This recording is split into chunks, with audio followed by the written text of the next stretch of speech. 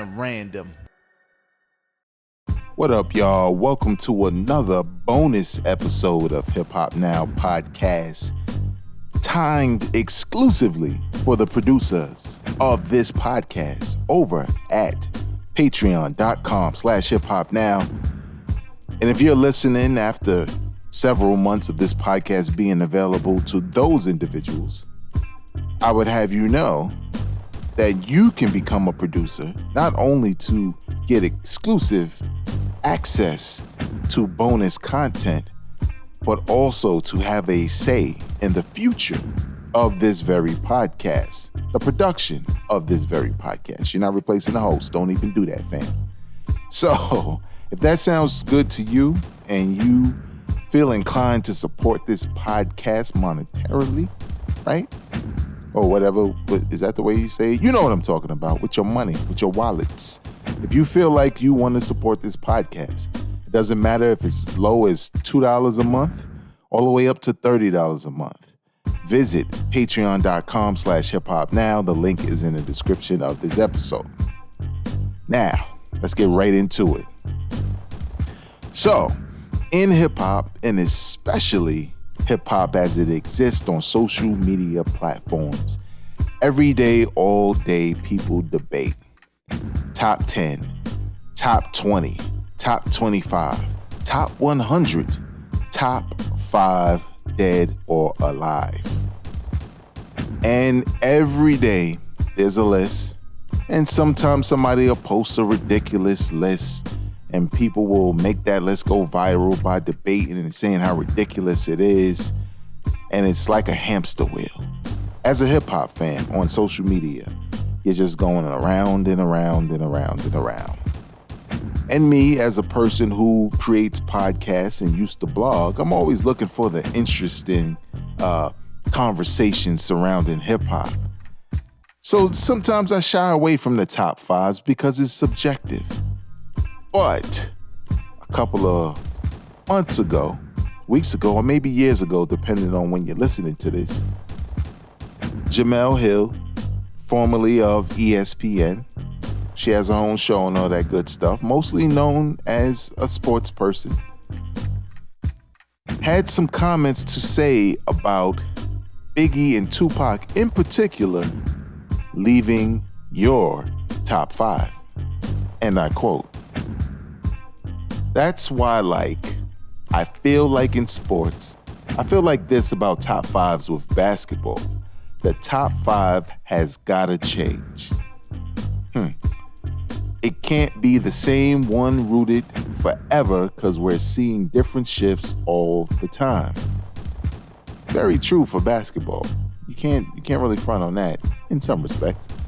That was me. But here's the part that I quote from her. "I love Tupac, I love Biggie, but they gonna have to move out the top 5 because there's new ish that we're seeing. People have gotten better."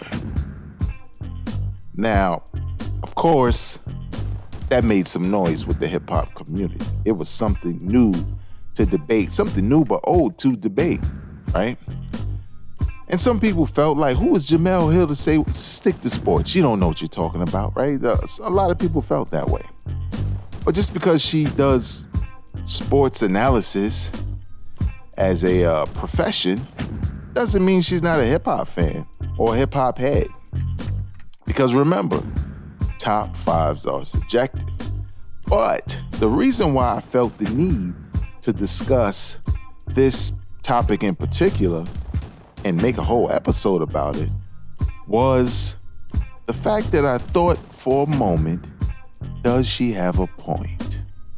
Now, I put it out there on Twitter and asked, Twitter followers and Instagram followers, what's up? Y'all taking Tupac and Biggie out of your top 5?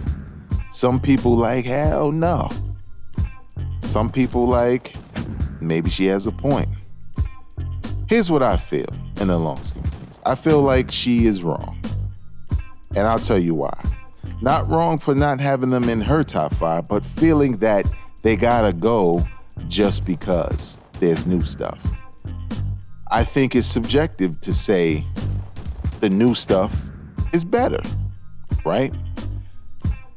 And to almost pretend as if you're actually seeing a real evolution of hip hop artists as it relates to skill. Because let's be real. What top 5 is she talking about?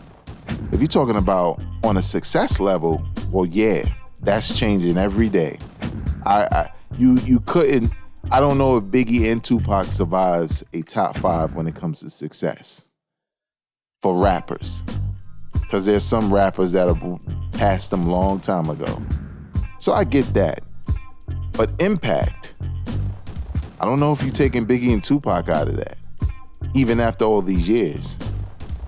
Skill, music. I don't know if you're taking Biggie and Tupac out of that. I think their influence is still here. Their music is still here with us. So it's sort of like, I see her point, but I don't agree with it. And essentially, I feel that if you have any context at all as to who Tupac and Biggie were and what they meant to the culture, especially at the moment that they passed away, and how that has resonated with the hip-hop community throughout the years, there is no one new who has that form of impact. Now, some might say, well, that's your generation. Well, when I say anybody who has context, I'm not talking about just my generation. Jamelle Hill is from that generation, right? So she has context.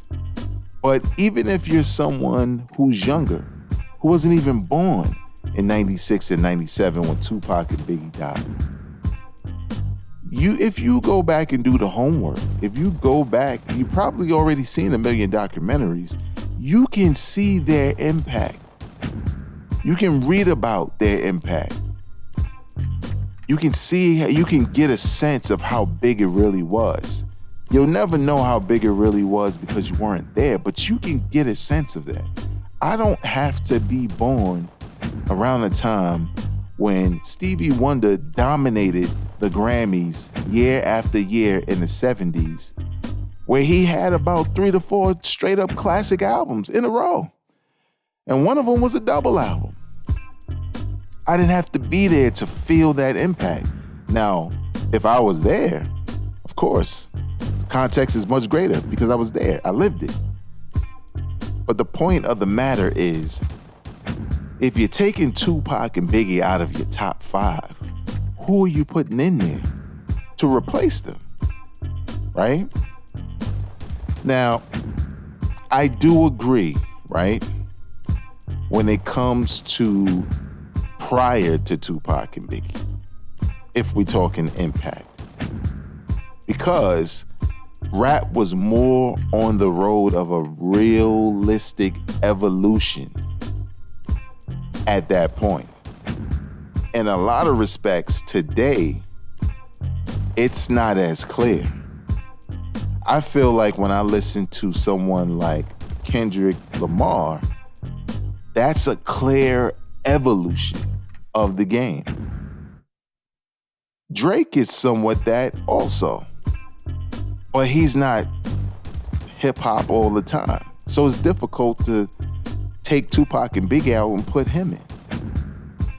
J. Cole is nice, but J. Cole can exist in that era and you wouldn't be able to tell the difference because he's just a younger artist that's a dope MC. Kendrick Lamar is different. He's like, you know how The Game called himself The Game because he was supposed to be like this, all elements of all rappers of all time? He just name dropped a bunch of rappers, but he just had a basic style. Kendrick Lamar has displayed lyrically, musically, that he's everything. Flow-wise, like different flows, different genres of music all combined to give you a form of hip-hop that feels new but familiar. That's an evolution of the game. Now, I know someone could say, well, we know you was around with Tupac and Biggie, so you'll never take them out. We know you're a hip hop head. Well, first of all, Tupac ain't even in my top 5. You want to keep it 100, right? But that's no disrespect to Tupac, because I'm taking up for Tupac. Because I feel like if we talking about impact and we talking about music, then yeah, I'm putting Tupac in my top 5. But if we talking about lyrical impact and what you did to the game, we talking, no, maybe we are talking about Tupac. I say that to say this. There are so many rappers today that sound the same that you can't draw a line of origin. You can. But the type of music Tupac made and the way he rhymed, there were plenty who came after him who emulated him. Till this day. Same thing with Biggie and Bad Boy. A lot of the things they did early on, even when Biggie didn't want to do those things, you hear and see them to this day. Most of these new cats are products of Kanye West in some ways, right? The ones that are good. And then others are products of Future and cats like that. But when you listen to the music, is it really groundbreaking? I don't know. You tell me. Maybe I'm jaded by being an old head.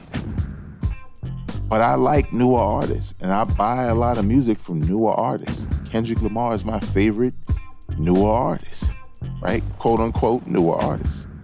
But I don't believe that your spot in a top 5 hip hop list of all time has an expiration date just because time has passed. You have to beat them. You have to beat these people in the top 5. You have to take their spot. Basketball works that way.